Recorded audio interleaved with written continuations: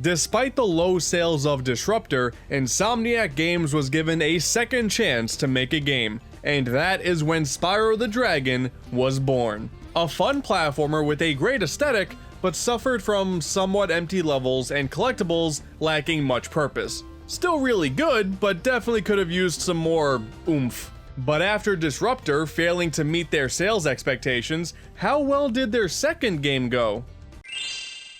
Well, hot damn, what a turnaround. And so only 1 year after that, we were treated to the sequel, Spyro 2: Ripto's Rage. That's not what it's known in Europe though. Over there, it's known as Gateway to Glimmer. Why? Usually I just assume that there's some terminology that makes more sense in that region, so Europe, what was the bothersome word here of the two? Ripto or Rage? Gateway to Glimmer is a fine enough name, but why? Actually, fun fact, Ripto got his name because of the way that Spyro's name looks in Japanese. That's like one of the best uses of regional differences I've ever seen. Alright, so I've done enough rambling on here. Spyro 1 was really good, but certainly had a lot of things it could improve on. So let's see what the sequel is all about. The story begins in the world of dragons once again. Spyro and Sparks are now in need of a vacation and decide to take an impromptu trip to Dragon Shores. And then we cut to a new set of characters: Professor the Mole, Hunter the Cheetah, and Allura the Goat. I'm a fawn, you dork. Alright, my apologies. Here in the world of Avalar, Professor is looking to bring a dragon through their portal. And hey, Spyro's a dragon last time I checked, so poof! Now Spyro is in Avalar too. It turns out an evil sorcerer by the name of Ripto, along with his henchmen Crush and Gulp, have invaded and are wreaking havoc on all of the different worlds he can get his hands on. And despite wanting a vacation, it's now up to Spyro to go on another quest to save the day. So the plot is pretty similar to the first game, what with having a bad guy doing bad things and Spyro being the chosen one. But there is a lot, and I mean a lot more personality shining through this time around. The opening cutscene not only introduces us to a bunch of new characters, but immediately makes them likable and not likable. The professor is excited to just have anything that he makes work, Allura is clearly the brains of the operation, and Hunter, he's just a dingus. And Ripto, you kinda just hate immediately. I mean, he's wearing a cape for crying out loud. You have to be super entitled to wear a cape like that just out in public. And actually, the game has a bunch of cutscenes now, showing a lot of the characters in action, and one particular flashback scene showing how Ripto took over the land in the first place. And I really like this. Why introduce a bunch of new characters if you're not really gonna show what they're all about, you know? Okay, so you remember at the end of Spyro 1, that whole dragons being recrystallized thing at the very end of the game? Like I said before, that has absolutely no bearing on this game's plot whatsoever. Why did you do that? We then jump into the game's first level, Glimmer, and already we have a big difference here. NPCs! Each world that you visit this time around now has a brand new species associated with it, along with a good handful of different characters being tossed throughout that you can interact with. Usually always in some need of help or something, Spyro's practically a superhero in this adventure. You see, the core aspect of the game feels just like the first one did. You run around and you collect stuff. The dragon eggs don't return, but the gems do, acting basically the same. You can even have Sparks point you in the right direction of gems that you're missing. Oh, awesome addition, that saves me from a world of hurt. Although you don't get any from defeating enemies now. Instead, when you do take one down, their soul travels to these special gates that give Spyro temporary access to some powers, like the ability to fly, use super breath, walk on lava, stuff like that. I think that's the enemy's soul. The game doesn't really specify otherwise, so this game is pretty brutal this time around. The controls are basically the same as well, though new to your arsenal is a hover that you can perform at the end of your glide, which is great. Gliding is some of the best parts of traversing these levels and is something that I didn't even realize I wanted when playing the first game, but now that it's here, it's awesome. Now you have a little bit of extra leeway with your jumps, sorta similar to Super Mario Galaxy and the spin move. Very nice.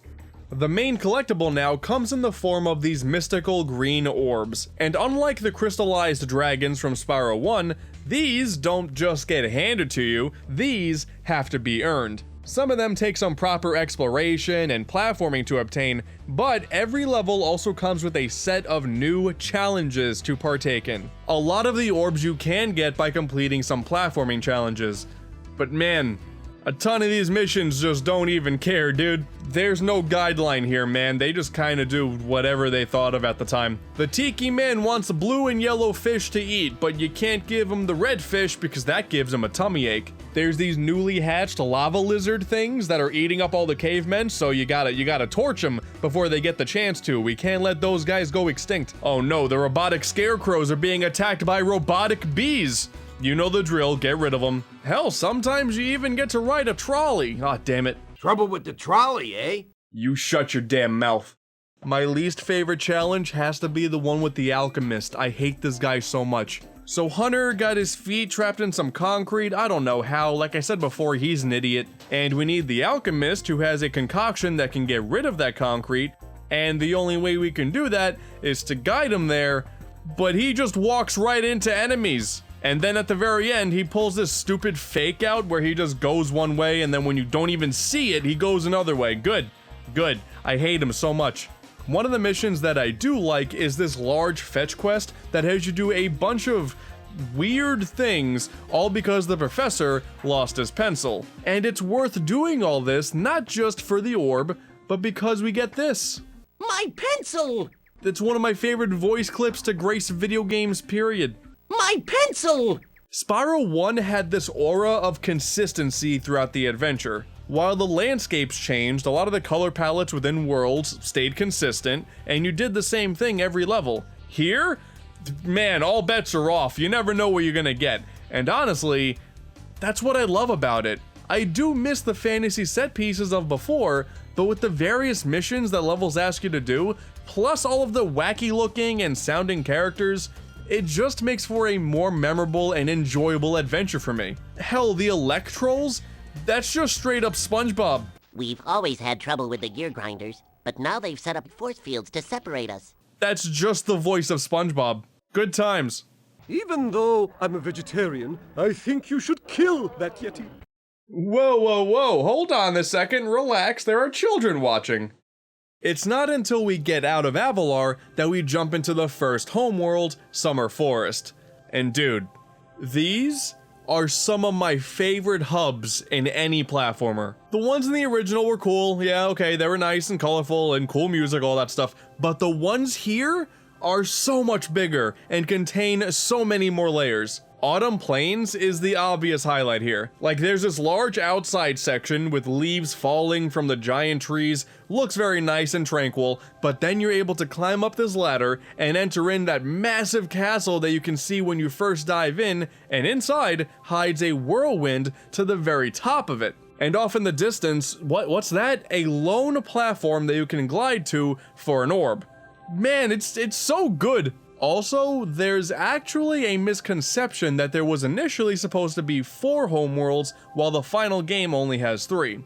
It's understandable, I mean, they're all based on seasons, so 4 would make sense, but it turns out that when they were asked about this during a live stream, they said that a 4th one was never planned. Huh, okay, well, there goes that theory. Apparently also, to make up for the lack of a 4th homeworld, they just put flowers in Glimmer to signify the 4th season. There you go, guys. There's the 4th overworld we've wanted to see for years. Enjoy it.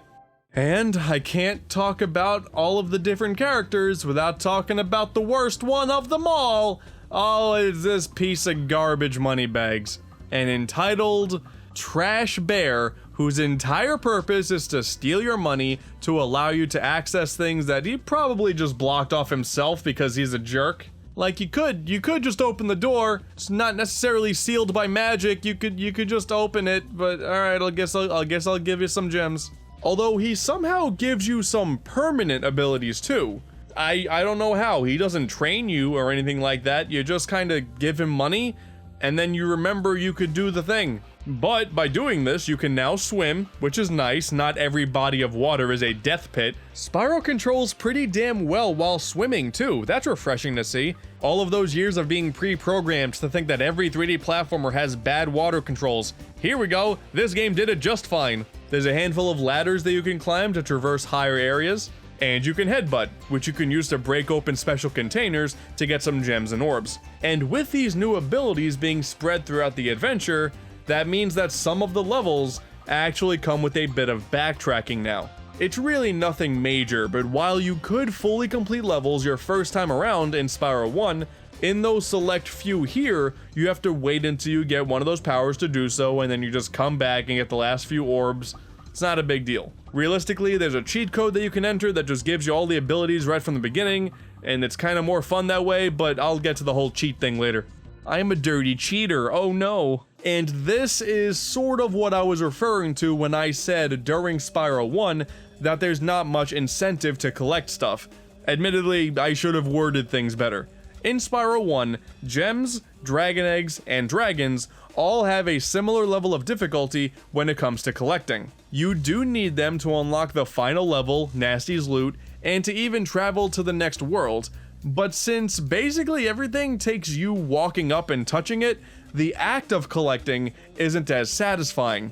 Meanwhile here, each collectible has a purpose. You buy stuff from money bags using the gems, you access temporary abilities by stealing enemy souls, and then you get orbs as rewards for completing missions. Things are just much more defined. That's what I meant. Well, I am impressed. Though there are these talismans too that you collect, but the way they're handled is kind of weird. You get them from just getting to the end of a level, but only levels from the first 2 out of the 3 worlds. The third world's levels just end, and then you move on. Story-wise, the talismans make sense, but the way they're implemented into the game, it's kinda weird. Imagine if in Super Mario 64, you just kinda stopped getting stars when you went upstairs, but you still had to do missions. Would have been weird. What's really neat though is every level also has an opening and closing cutscene. It's just a funny way to see some of these new characters and species in action. And, in my opinion, they are some of the most enjoyable parts of the entire game. They're just so charming, it puts characters a step above just being a hunk of polygons with a text box. The best example of this is the 1-2 punch of Zephyr and Breeze Harbor. A war has broken out between the birds and the blobs, and depending on which level that you go to, you're helping out one of the sides defeating the opposition. So, you know, that's good to know where Spyro stands when the conflict arrives. You become an ally to both sides and then destroy everyone so only you can reign supreme. This game is kind of demented when I think about it. Honestly, Spyro 2 is my favorite in the trilogy. I love how wide, varied, and out there the new worlds are. I personally really like the new challenge-based setup, but there's one thing about Spyro 2 in particular that puts it a step above the rest. There is a double jump in this game, and Insomniac did not intend on having that happen. This technique is stupid easy to pull off. Just perform a jump, and then while standing still, charge at the tip of your jump. Boom, easy, that's it. And the amount of sequence breaking that you can pull off here is amazing. Immediately in the first level, I guess you gotta have the ladder climbing ability to do this mission. We don't get that for a couple extra levels. You know what? Nah, let's just do this. Or hell, screw that, just skip the entire level. That'll bypass that mission entirely. I by no means consider myself a speedrunner or anything like that, but hot damn, the amount of fun that I had pulling jumps off like this is unparalleled. It makes a game I already love that much better. And everything that I've said so far is just about the standard levels. The flight levels return as well. And just like before, you got 4 sets of 8 objects to go for, usually laid out in a straight line. It's up to you to figure out which way to start off. Bing bang boom, still as satisfying as ever to get the best time you possibly can. But even these levels contain new missions too. Hidden somewhere within the level is an NPC to find and talk to, and then with the help of Hunter, you perform a specific task to go for another orb. And they all task you with doing something that you never do in the rest of the game, so don't be surprised if you screw up a couple times. Hey, I heard you were good at this flying stuff. Well, I heard you weren't a big old dummy, but turns out we both heard incorrectly, so shush! I guess this could kind of be considered a bad thing. At this point, it is just variety for the sake of variety, but I enjoyed them. That's all I got. The bosses are so much better this time around too. There are far less of them than before. We only get to fight Gulp, Crush, and Ripto, so that's a shocking 3. But you know what they say, quality over quantity, folks. Not only are the fights on a larger scale with more imposing baddies, but there's no chasing in sight here. Thank God. Like, that was my thing with the first game. Why have the bad guys run away from you all scared? Here they stand their ground and want you toasted.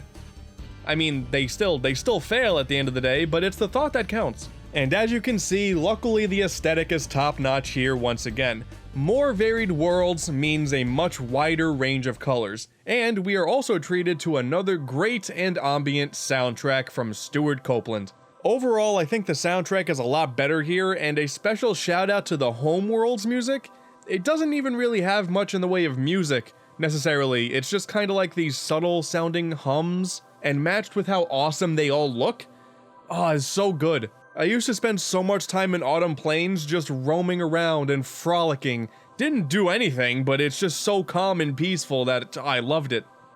Eventually, Spyro gets access to the very top of the castle in Winter Tundra, and you get to take on that evil shorty, Ripto. And it's a really cool boss fight. Those orbs that you were collecting this whole time, now you use them all powered up against him, while he can do the same thing to you. You get 3 of a certain color, and then you have a special attack that's exclusive to that fight. That's pretty cool. He then pulls up a robotic Gulp to go after you, and then that goes down pretty quickly as well. That doesn't really make much sense. He just gave himself a bigger target. That's not... alright, sure. And when all that fails, you then fight over a pool of lava. A really nice set piece. It's really nice. Coming after Nasty Nork, it's very refreshing to see a really well done final boss. And just like that, Ripto burns to death. Never to be seen again. The merry band of new friends then thank Spyro for all of his hard work. The professor then gets a portal to Dragon Shores Live, and Spyro gets to finally have his vacation. And you can actually enjoy it too. Dragon Shores is playable. There's a couple of minigames here. There's a dunk tank, a shooting gallery, and a bit of a roller coaster. It's like the trolley, but it has a loop-de-loop and Spyro's not strapped in. I don't know how he's staying on that thing. And there's also a very corny tunnel of love too. Look at him go. Oh, I feel weird about this. By completing all of the challenges that are presented to you, which is a very easy thing to do, you unlock a cutscene viewer. Okay, that's kind of neat. And if you have 100% completion, you unlock a permanent Super Breath ability. None of this temporary stuff, you can just use it now. And it does sound weird unlocking that after you beat the game, but go right back to the title screen as soon as you get it, start a new game, and look at that. Now you can play the whole game that way. Didn't know that when I was a kid. Boy, when I was older, I was excited to find that out. That reward goes from pointless to awesome in no time. And that, plus a new roundup of cheat codes to change up Spyro's color, and like give him a big head or make him flat. Man, this game goes on to a whole nother level. And just because I like it so much, shout out to the credits again. It's like exactly the same as Spyro 1's. Same music track and all. That consistency, I like it a lot. And just when you think you're done, you're not done. New to this game are a group of skill points, basically an in-game achievement system. Beating bosses without taking damage, beating flight levels under a certain time, hell, landing on a specific platform. All of these different things nail you a skill point, which gives you an extra life and just ticks off a box at the back of your guidebook. A cute little series of pictures showing off what all the characters have been up to after the adventure ended, even showing off some of the enemies that didn't make the cut. That's it. It's not a great reward for all of the time it takes to get all the skill points, but it's still pretty what the hell? Ripto's alive? It even features a demo for Crash Team Racing, which is another amazing game So that is just the final cherry on top of a beautiful purple dragon-shaped cake. So yeah, that's gonna do it for Spyro 2 Ripto's Rage. Like I said before, easily my favorite game in the trilogy. Everything that this game does, it does so well and so much better than the previous game. This is what cemented my love for Spyro in the first place. It's not perfect, but any issues that I have with it are certainly far from game-breaking. Except for that awesome double jump, which is literally game-breaking. Now, I know not everybody is as big of a fan of Spyro 2's heavy reliance on challenges and minigames and stuff like that. The gap between Spyro 1 and Spyro 2 is shockingly very, very wide. I wouldn't blame you for preferring 1 over 2, but realistically, there is no signs of the Purple Dragon stopping anytime soon, so you all know what's coming next. We have a third game. It's a trilogy after all, so tune in next time for Spyro 3, Year of the Dragon. Also, before we go, make sure you write down the date April 22nd in your calendar. 22475. That's my birthday. It's Hunter's birthday, you better get him something nice.